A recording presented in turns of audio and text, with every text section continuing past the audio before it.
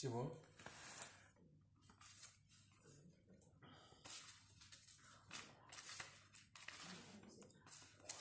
1 Samuel 4, verset 11. Or, la parole de Samuel était pour tout Israël.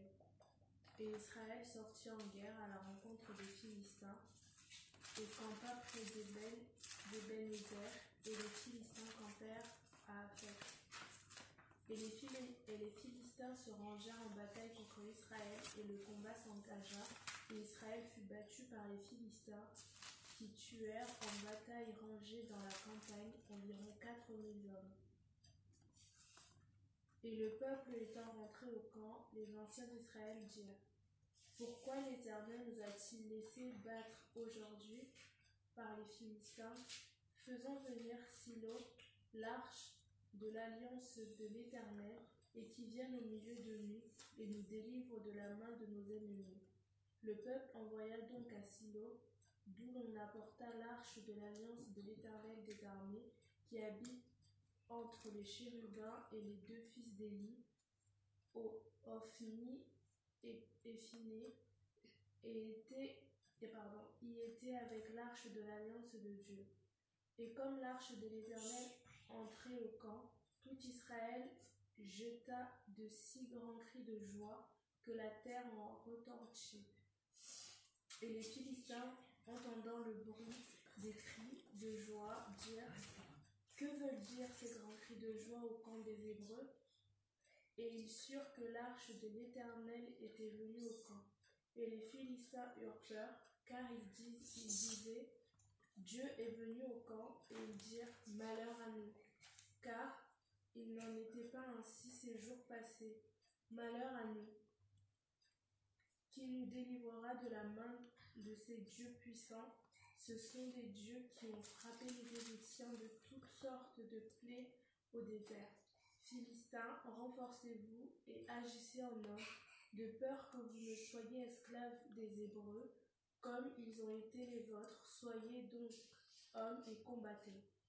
Les Philistins combattirent donc, et Israël fut battu, et chacun s'enfuit en sa tente. La défaite fut très grande, et 30 000 hommes de pied d'Israël y périrent. Oui, c'est le verset 22. Hein. Donc, alors ici, l'Écriture nous parle d'une guerre déclarée. Alors, cette guerre opposait Israël, la nation d'Israël et les Philistins. Et ici, Israël, c'était le peuple élu, le peuple de Dieu. Ils avaient reçu la Torah, ils avaient les promesses, l'alliance. D'accord? Donc, et on voit ici que ce peuple, malgré qu'ils aient reçu la Torah, l'alliance, les oracles, les promesses de Dieu, ils sont dans une situation de défaite. Ils tombent sous le pouvoir de leur ennemi.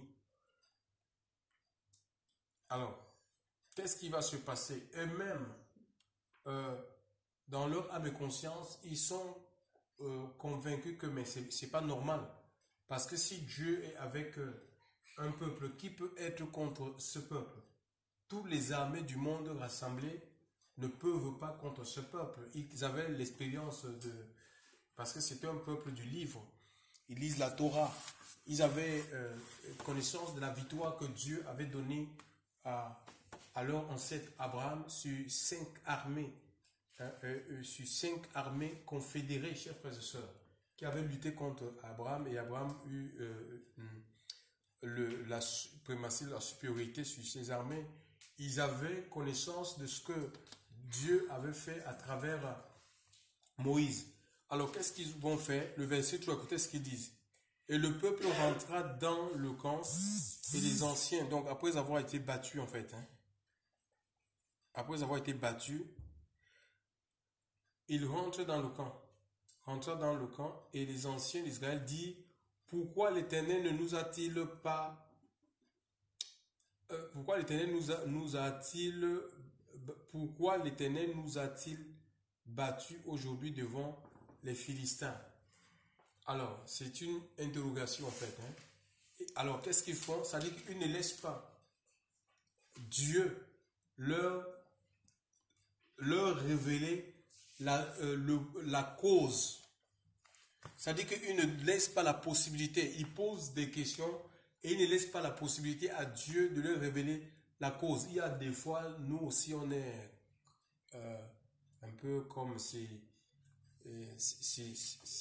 Israélites qui parfois on prie, après nous-mêmes nous prenons les solutions, nous cherchons nous-mêmes des solutions en fait.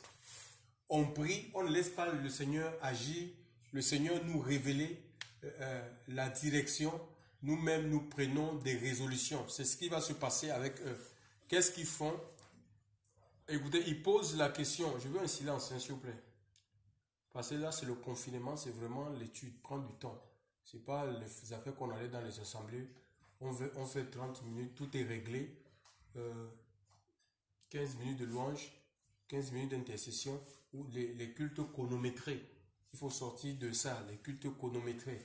On est là, on s'assoit, on est disciple du Seigneur, on est là pour écouter, c'est un partage. S'il peut y avoir même des questions, réponses. Alléluia. Nous sommes à l'école de l'Esprit, l'école du Saint-Esprit. Donc, voilà. Et qu'est-ce qu'ils vont faire? Ils posent la question, pourquoi l'Éternel nous a-t-il battus aujourd'hui devant les Philistins? Prenons à nous de Silo l'âge de l'alliance de l'Éternel et qu'elle vienne au milieu de nous et nous sauve de la main de nos ennemis. Donc, ça veut dire qu'ils n'ont même pas, ils interrogent Dieu. Ça peut être à travers la prière.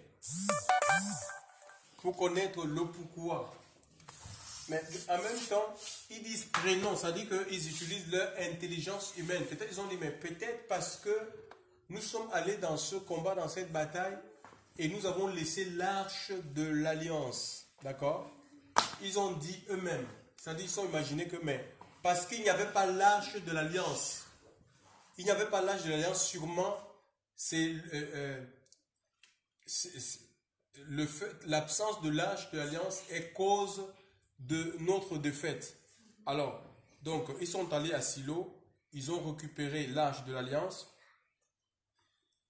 on a apporté l'arche dans le camp, et il a commencé à avoir des bruits en fait. Il a commencé à avoir des bruits. Il y avait Osni et Phiné, c'était les fils d'Élie. Ils sont venus avec l'arche de l'alliance parce qu'ils étaient sacrificateurs. Donc, aussitôt que l'arche de l'alliance de l'Éternel entra dans le camp, tout Israël se mit à pousser de grands cris, de sorte que la terre en frémit.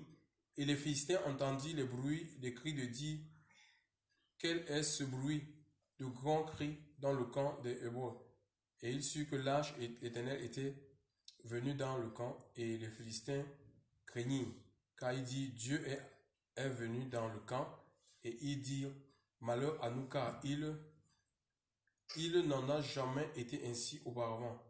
Malheur à nous, qui nous délivrera de la main de ces dieux puissants. Ce sont les dieux qui ont frappé les Égyptiens de toutes sortes de plaies dans le désert. Philistins, fortifiez-vous et soyez des hommes, de peur que vous ne soyez asservis aux Hébreux. Comme ils vous ont été asservis, soyez des hommes et combattez.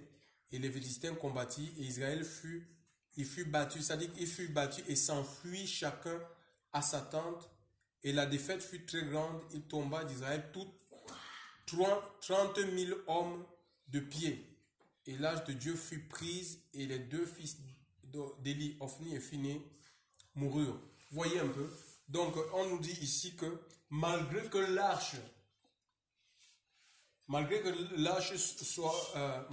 Israël ait transporté l'arche et amené dans leur camp, ça n'a pas empêché les Philistins, l'ennemi, d'avoir la victoire sur eux.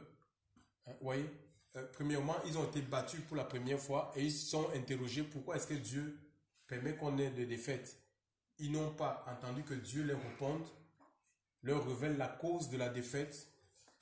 Directement, ils ont dit, bon voilà, c'était des religieux en fait. Ils sont allés chercher l'âge pensant que l'âge fera quelque chose. Et nous, aujourd'hui, les chrétiens sont un peu dans cette mentalité. Hein. On va chercher on va dire, comme des supports visuels. L'arche, c'était comme un support visuel. On s'attache, on dit, ah ben peut-être qu'il faut qu'on mette l'huile, il faut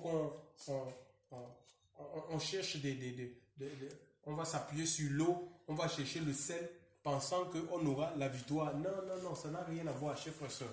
Quand vous lisez un peu l'histoire de ces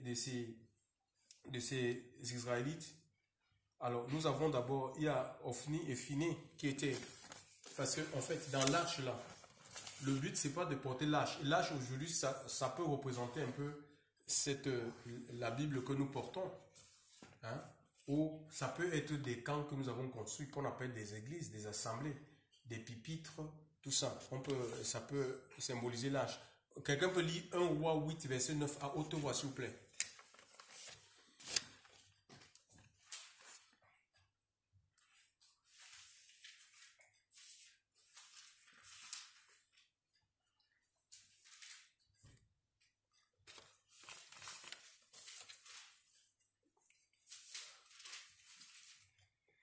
Oui, quelqu'un peut lire 1 Roi 8, verset 9. Il n'y avait dans l'arche que les 2 tables de pierre que Moïse avait mises à Horeb, quand l'Éternel traita alliance avec les enfants d'Israël à leur sortie du pays d'Égypte. Oui, on nous dit qu'il y avait dans l'arche quelque chose, les 2 tables de la loi. Donc ça veut dire qu'il y avait les 10 paroles, les 10 commandements de Dieu dans cette arche-là. Donc l'important, 10 commandements que ce peuple avait mis de côté. Ça veut dire qu'eux, ils se contentaient d'avoir l'arche, de dire ils sont le peuple élu de Dieu, ils ont l'alliance, ils ont les promesses, Dieu s'est révélé à leurs ancêtres. Ça ne nous assure pas. Ça ne nous assure pas la victoire, chers frères et sœurs. Le fait de dire qu'on va se rassembler, on va seulement prier, on va jeûner, coronavirus va partir, c'est pas vrai ça. Ça ne nous assure pas la victoire. Il y a, on a la Bible, on porte la Bible, on croit que c'est la Bible qui va nous rassurer la victoire. Non, tu peux prendre la Bible, mettre même sous ton lit, sous ton oreiller. Mes amis, si le contenu de la Bible n'est pas dans ton cœur, les démons vont rentrer dans ta vie en fait. Tu vois, tu vas être dans la défaite. C'est ce qui s'est passé, ces gens-ci. 1 Samuel 2, verset 12. Lisez un peu 1 Samuel 2, vous allez voir le comportement, l'attitude des enfants d'Élie qui menaient ce combat. L'attitude des enfants d'Élie qui menaient, et c'est eux qui portaient l'arche. 1 Samuel 2, à partir du verset 12 à 17.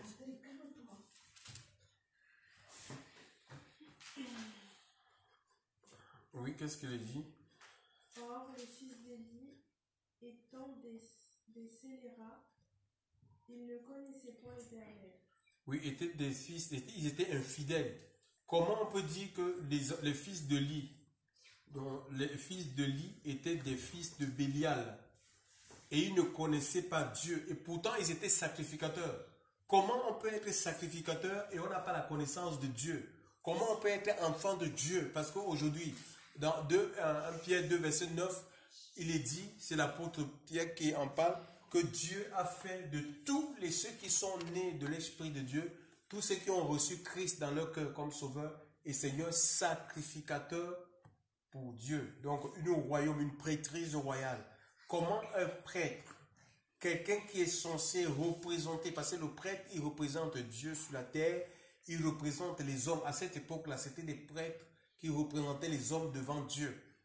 D'accord? Jésus n'était pas encore venu.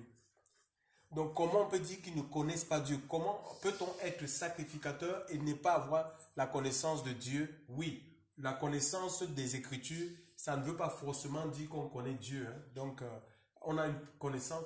Ici, il est question de la connaissance révélatrice, une connaissance intime, personnelle, qui te permet de faire ce que Dieu demande de faire, de te soumettre à ses commandements. Il y a des gens qui ont la connaissance livresque.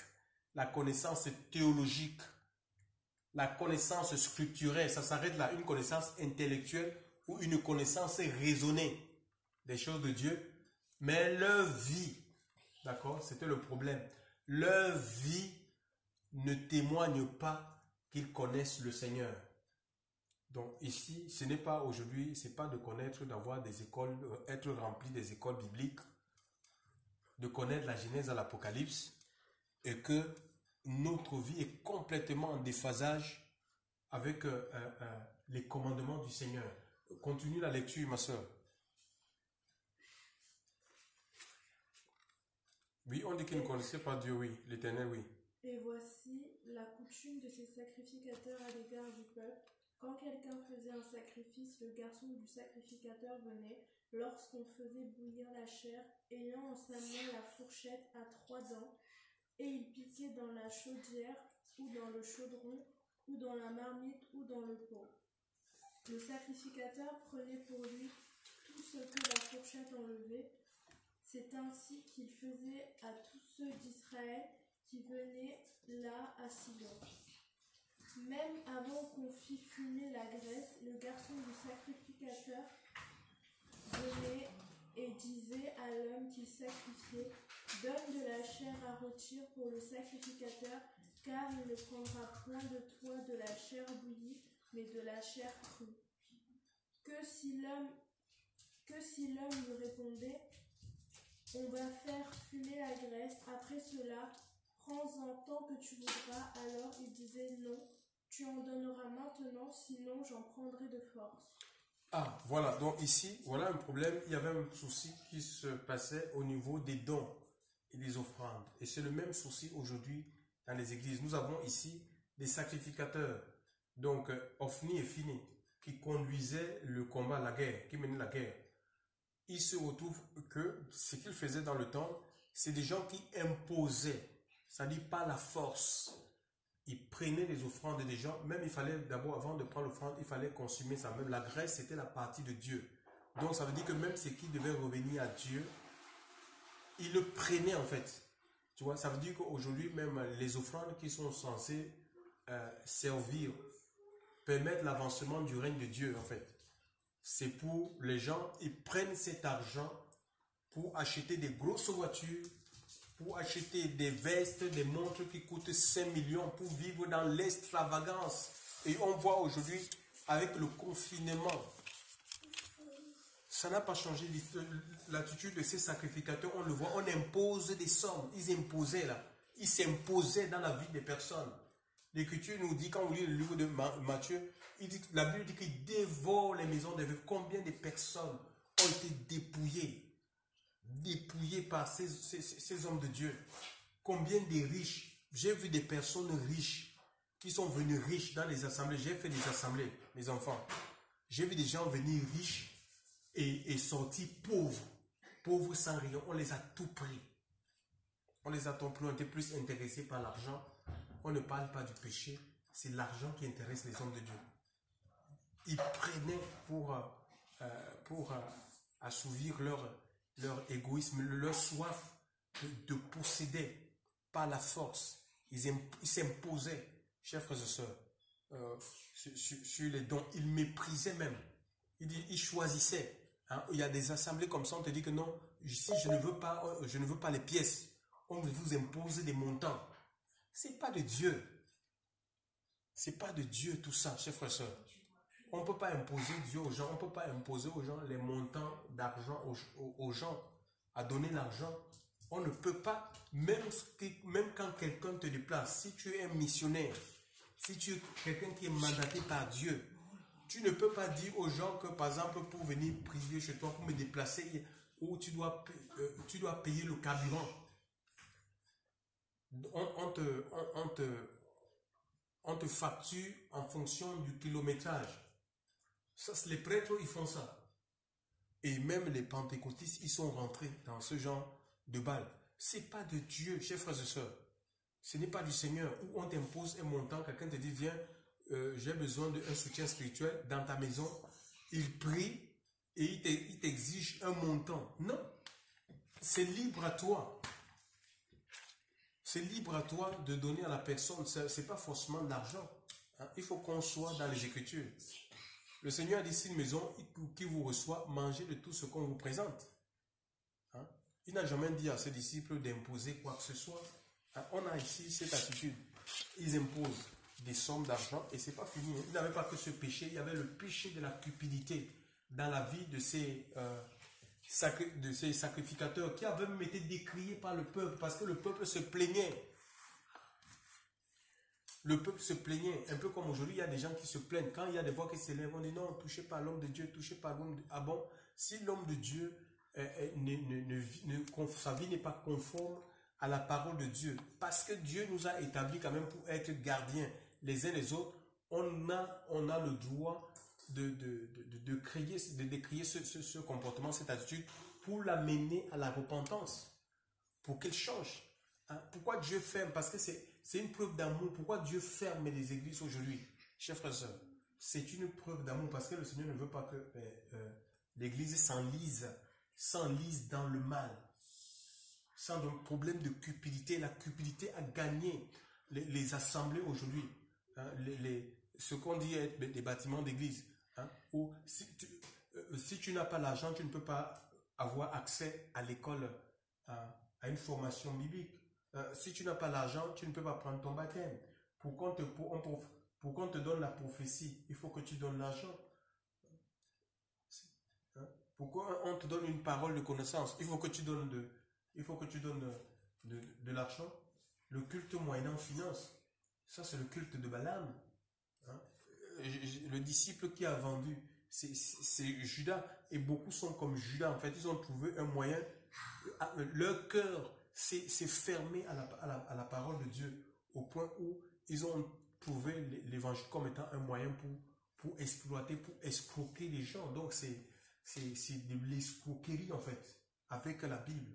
Mais ça ne pouvait pas continuer, chers frères et sœurs. Et on est complètement, on n'a jamais vu ça. Que les églises, les mosquées, tout est fermé. Mais c'est surréaliste. Il y avait un double péché dans la vie de ces personnes. Il n'y avait pas seulement le problème du péché de la cupidité. Il y avait la cupidité. Donc, il y avait un problème d'offrande où ils imposaient les offrandes, ils imposaient les montants aux gens. Chers frères et sœurs, et là aussi, il y a, on continue, hein, lis le verset 22 et le 25. 1 Samuel 22, 25. Or, Élie était très vieux, et il apprit tout ce que faisaient ses fils à tout Israël, et comment ils couchaient avec les femmes qui s'assemblaient à la porte du tabernacle d'assignation. Mais combien de femmes qui sont dans la tente d'assignation, un lieu de rencontre, imaginez un peu. La tente d'assignation, ça dit qu'un lieu où les gens doivent être là. Quand on dit que tu es assigné à résidence, c'est un endroit où tu es là, tu ne sors pas. Tu es assigné, tu es là. On te trouve là. Ça devient comme un lieu de résidence. Donc la tente, c'était comme ça, la présence de Dieu, la demeure de Dieu. Un lieu où les gens doivent rentrer en alliance avec le Seigneur. Un lieu où le message, l'évangile, doit être prêché pour libérer les gens de l'adultère, de la fornication. Voilà les gens qui sont à prêcher un évangile de repentance pour que les gens sortent de l'adultère, qu'ils sortent de la fornication. Eux-mêmes, ils encouragent dans la fornication, ils tombaient, ils déviégeaient les jeunes filles. Les jeunes filles qui venaient chercher le Seigneur, ils les déviégeaient. Dans les bâtiments d'église, les bureaux des pasteurs, il y a beaucoup de filles qui ont perdu leur virginité. Dans les bureaux, il y a des femmes mariées qui ont été abusées par des hommes, par des pasteurs. Ça, ce sont les sacrificateurs, et ça n'a pas changé. Hein. C'est des lieux d'abomination. Moi-même, j'ai assisté à un frère qui a accouché. La femme, elle était folle. Elle était enchaînée sur une chaîne. Sur une chaîne comme ça, et il a eu des rapports sexuels avec une femme qui était malade. Souffrant de la folie, quelqu'un qui servait, qui était à côté, un garde du pasteur. Mais j'étais dépassé. J'étais dépassé. Comment Dieu, le jugement va commencer dans son église. Dieu juge son église. Donc voilà, donc, vous pensez que vous allez aller dans un combat rempli de cupidité, remplis d'adultère, les péchés sexuels, les démons de sexualité vous accompagnent, les démons de... Mais vous allez avoir quelle victoire? Le Seigneur ne peut pas, Dieu ne peut pas vous assister. Pourquoi? Parce que Dieu n'écoute pas les pécheurs.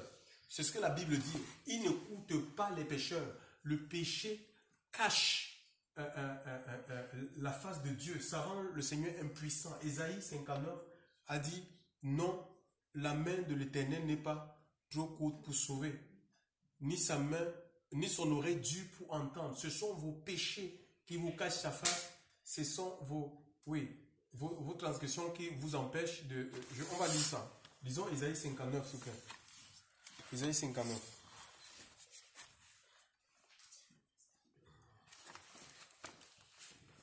Ésaïe 59. Voici, la main de Yahweh n'est pas trop courte pour sauver, Oui. ni son oreille trop pesante pour entendre.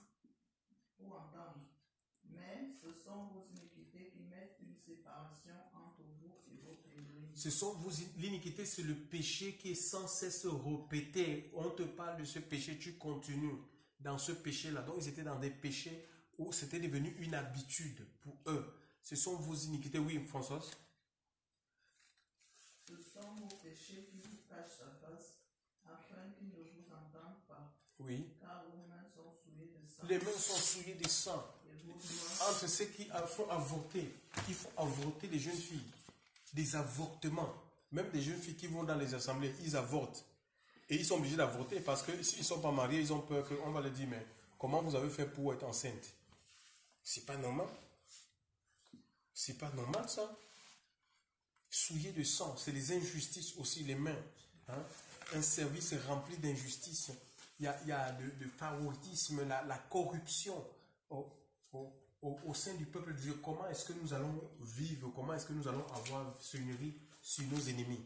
D'où cette défaite. Donc le tout n'est pas de dire nous avons un temple, de tomber dans l'orgueil, de penser où est ce temple? Ceux qui avaient mis leur orgueil dans le temple.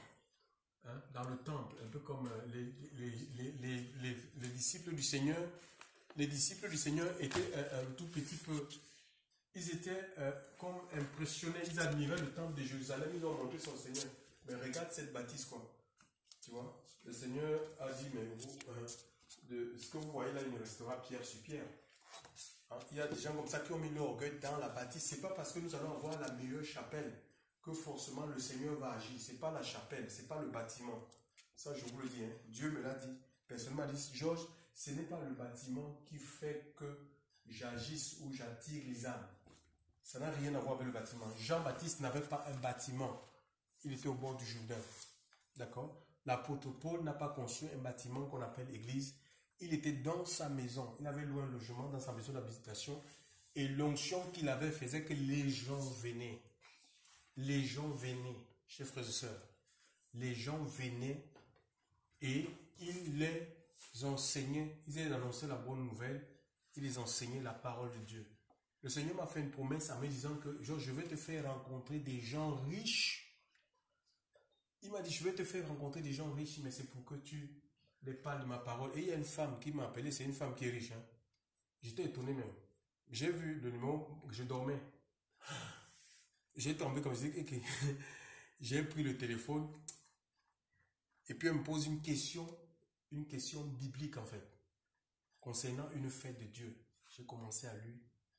J'ai resté par exemple presque 15 minutes à lui parler. Donc elle m'a écouté, à lui parler du Seigneur.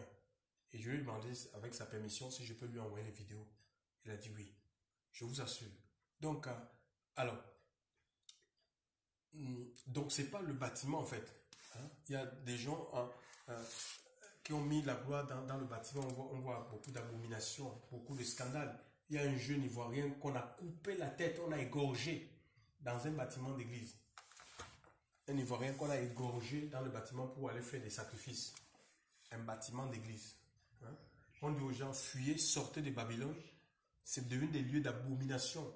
Des pasteurs qui se divorcent, ils se marient, ils se remarient, ils ont 5 femmes, 4 femmes dans les bâtiments. Ils vont, personne ne dit, il n'y a pas Dieu.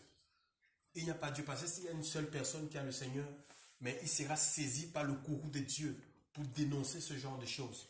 Chers frères et sœurs, quitte à ce qu'on le chasse, d'accord? Parce que quoi, l'Église, elle est vaincue. L'Église, elle est vaincue. Ce n'est pas, c'est pas la Bible, porter la Bible, si, c'est pas suffisant. Ce qui est important, hein, ce qui nous assure la victoire, mes amis, c'est le contenu, d'accord? C'est pas le contenant. On peut être même de la race, il y en a qui cherchent, font des études pour savoir s'ils sont de la lignée juive. Ça n'a aucune importance, chers frères et sœurs. Alléluia. À tous ceux qui l'ont reçu, à ceux qui croient en son nom, Dieu leur a donné le pouvoir de devenir enfants de Dieu. Donc il faut recevoir Christ dans son cœur et soumettre sa vie au commandement. Hein. Dans l'âge, vous avez compris qu'à l'intérieur, ce qui est à l'intérieur, ce n'est pas l'âge qui assure la victoire. Voilà, il y a des gens comme ça. J'ai une alliance avec Dieu, mais il y a ce qu'on appelle les clauses. L'alliance n'est pas suffisante, il y a les clauses. Tu peux avoir une alliance avec le Seigneur. On a une alliance à travers le sang. Maintenant, il y a les clauses. D'accord? Le Seigneur dit, va, ne pêche plus. Tu ne peux pas avoir une alliance avec Dieu et vivre dans des péchés conscients, pensant que le Seigneur va t'assurer de sa protection. Ce n'est pas vrai, ça. Ce n'est pas vrai. Donc, si nous abandonnons le Seigneur, il va nous abandonner. En fait, nous serons dans la défaite, nous serons dans la honte, nous serons des chrétiens malheureux, en fait. Des chrétiens malheureux, frustrés. Il y a beaucoup de chrétiens comme ça qui sont frustrés, ils ne comprennent pas leur vie, parce qu'ils ont cru qu'ils peuvent utiliser Dieu. On n'utilise pas le Seigneur, même si on se réclame de Dieu. D'accord? Se réclamer de Dieu, ça ne veut pas dire qu'on est avec Dieu. Il faut que nous soyons avec le Seigneur. D'accord? Ainsi, il pourra nous assurer de sa protection, il pourra nous assurer de sa victoire. L'erreur qu'a commise ces Israélites, les anciens, c'est, oui, ils ont posé la question, ils ont interrogé Dieu. Comment est-ce que nous sommes défectifs face à nos ennemis? Ils n'ont pas laissé que Dieu puisse leur répondre, que Dieu puisse leur donner la cause de la défaite directement, comme ils ont agi comme des religieux. Ils sont allés chercher l'âge, et beaucoup sont comme ça. Ils vont chercher les huiles à gauche à droite, ils vont chercher les impositions des mains à gauche à droite, pensant que c'est ça qui va apporter quelque chose. Il y en a même qui vont se rebaptiser. Certains vont aller se rebaptiser dans le Jourdain. C'est terrible ça. C'est terrible. Ce n'est pas en changeant, ils vont changer même de ministère. Ils vont de ministère en ministère, d'homme de Dieu en homme de Dieu. Ce n'est pas ça, mon ami. C'est le contenu. Le contenu. C'est même pas en changeant les versions. Ce qui t'assure la victoire, ce n'est pas les versions de la Bible. Peut-être que la version, si ça ne me va pas. Mais chers frères et sœurs, ce n'est pas la version de la Bible. Ce sont les commandements. Parce que les patriarches, ils n'avaient pas de Bible. Ils n'avaient pas de Bible, mais ils obéissaient à la voix de Dieu. Dieu les donnait des directives, ils suivaient, ils marchaient et ils voyaient le résultat. C'est pareil, ça n'a pas changé. Nous, on a la grâce d'avoir non seulement la Bible, alléluia, la parole révélée qui nous a été révélée. Nous avons l'Esprit Saint, alléluia, qui nous révèle les désirs du Père. Mais normalement, ça devait être plus facile pour nous. Il y a les dons spirituels, chers frères et sœurs, alléluia, pour que ça marche, pour nous assurer la victoire, chers frères et sœurs, dans le Seigneur.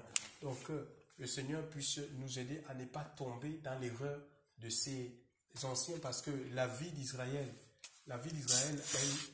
elle est écrite pour nous enseigner, pour enseigner l'Église, hein, l'Église de la fin. Et nous sommes cette Église-là. Donc, l'Église ne peut pas être quand il y a des situations qui ne vont pas, il faut qu'on interroge Dieu et qu'on entende ce que Dieu a nous dit par rapport à la situation.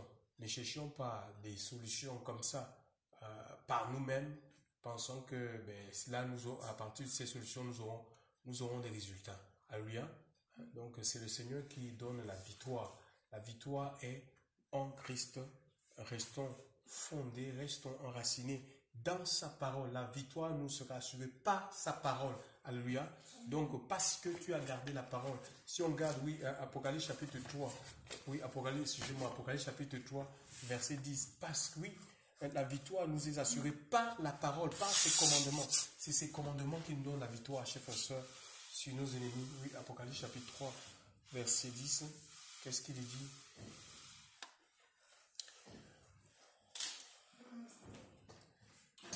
Parce que tu as gardé la parole de ma patience, je te garderai aussi de l'heure de la tentation qui doit venir sur tout le monde. Voilà, donc Dieu nous garde. Si nous gardons la parole de Dieu, si nous persévérons dans l'obéissance à ses commandements, le Seigneur nous gardera de toute épreuve. Il nous gardera de la séduction. Il nous gardera, chers frères et sœurs, des pièges de Satan. Il ne permettra pas que nous tombions sur le pouvoir de nos ennemis. C'est impossible. Mais il faut garder. Garder. Je sers ta parole. Quand on garde, ça veut dire qu'on est empêché de pécher. Et David a dit dans un de ses psaumes, je sers, il faut lire la Bible, je sers ta parole dans mon cœur afin de ne pas pécher contre toi. Ophni et Phiné étaient dans un péché, le péché de la cupidité, le péché sexuel, chers frères et sœurs. Et comme Dieu a horreur du péché, il n'écoute pas les pécheurs, hein, parce que le péché chasse Dieu. Le péché empêche le bras de Dieu de mouvoir dans notre vie. Le péché nous fait déchoir de la grâce du Seigneur. Donc, Dieu ne supporte pas. Ce n'est pas qu'il n'aime pas les pécheurs. Il aime les pécheurs, mais il ne supporte pas cette attitude-là. C'est dévier. C'est manquer le but. Quand tu veux vivre, ce n'est pas forcément tomber dans des grossièretés. C'est dévier en fait. C'est manquer de but. Je vis sans tenir compte du Seigneur. Et ça nous sort du plan de Dieu. Qu'il n'en soit pas ainsi. Nous allons prier le Seigneur, que nous ne voulons pas être des religieux en fait. D'accord? Porter seulement la Bible, nous rassembler, non. Nous voulons vivre la parole du Seigneur. Nous voulons des enfants de Dieu, conduits par le Saint-Esprit. Nous voulons des enfants de Dieu. Nous voulons rentrer dans la présence du Seigneur. Nous voulons sentir Dieu. Nous voulons, ça dit, être dans l'assurance. On est là, on sait que Dieu est avec nous. C'est pas que papa il va dire, ou quelqu'un vient non, toi-même tu sais que Dieu est avec toi. Nous prions le Seigneur. Prions Dieu ce soir. Oh Seigneur, tu es le Dieu Tout-Puissant. Tu es le véritable, tu as tout accompli, Seigneur. Sur le bois de la croix, ton sang a coulé, Seigneur Dieu Père. Mon Dieu, mon Père, Seigneur Dieu Père, et tu nous as introduits dans une alliance nouvelle. Tu nous as donné ta parole, Seigneur, pour être cette lumière sur notre sentier, Seigneur Dieu Père, pour être cette lampe à nos pieds. Mon Dieu, mon roi, ce soir, Seigneur, vraiment nous voulons te demander pardon, Seigneur. Mon Dieu, mon Père, Seigneur Dieu, pour toutes les fois où nous avons pensé que, Seigneur Dieu, nous pouvons nous permettre des écarts de comportement, Seigneur, et que tu seras là pour nous assurer la victoire, la protection. Seigneur, nous prions, Seigneur, vraiment que tu nous visites, Seigneur. Nous prions vraiment que tu nous touches. Nous prions vraiment, Seigneur Dieu, Père, que tu nous donnes cette force de rester dans l'obéissance, de vivre dans l'obéissance, Seigneur, de marcher, peu importe le prix que ça doit coûter, chers frères et sœurs. L'obéissance vaut mieux que les sacrifices. Mes amis, ce n'est pas des sacrifices religieux. Tu ne peux rien donner à Dieu. Tu ne peux rien donner à Dieu. Il veut l'obéissance. Il veut l'obéissance. Il veut des hommes et des femmes engagés dans ses voies, engagés à le suivre, engagés à le servir, corps, âme, esprit. Oh grand Dieu véritable, Seigneur. Nous voulons te bénir, Seigneur. Nous voulons te célébrer encore, Seigneur, ce soir. Merci pour ta grâce, Seigneur Dieu. Que ton nom soit béni. Que ton nom soit adoré. Que ton nom soit célébré, Seigneur Dieu Père. Oh, sois loué, Seigneur. Nous voulons marcher dans tes voies, Seigneur. Libère-nous de la chair. Libère-nous des appétits humains. Les appétits, Seigneur, de la chair. Libère-nous, Seigneur, du pouvoir de Satan. Libère-nous de la séduction. Seigneur, mon Dieu, mon Père, Seigneur, Dieu Père. Oh, Dieu Père, que le monde et ses attraits n'aient aucune prise dans notre vie. Au puissant nom de Jésus. Seigneur, mon Dieu, mon Père, agis puissamment, Seigneur. Glorifie ton Saint-Nom. Oh, merci, Jésus. Merci pour ton amour, Seigneur. Ton amour, ta puissance, ta présence dans nos vies, ton amour, ta puissance, ta présence dans nos vies, et je veux t'adorer de tout mon cœur, et je veux t'adorer de toute mon âme, je veux t'adorer, de toute ma force, car tu es mon Dieu, tu es mon Dieu, tu es mon Dieu, et je veux t'adorer de tout mon cœur, et je veux t'adorer de toute mon âme, et je veux t'adorer de toute ma force, car tu es mon Dieu, tu es mon Dieu, ton amour,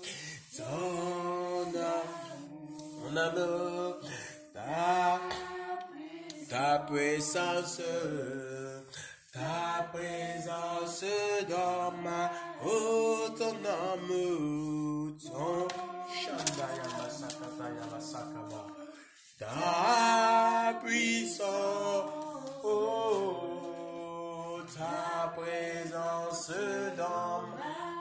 ta présence dans ma vie, je veux Seigneur, nous voulons une présence effective, Seigneur Dieu Père. Père, remplis nos cœurs en ce soir de ta joie, Seigneur, parfaite. Remplis-nous de cette paix, Seigneur Dieu, qui surpasse tout entendement, Seigneur Dieu. Remplis-nous de la connaissance de la vérité, Seigneur Dieu Père. Nous ne voulons pas être des chrétiens religieux, Seigneur Dieu Père. Donne-nous la connaissance, Seigneur Dieu, de ta personne, dans le puissant nom de ton Fils Jésus. Jésus est mon Dieu. Tu es mon Dieu, car tu es mon Dieu.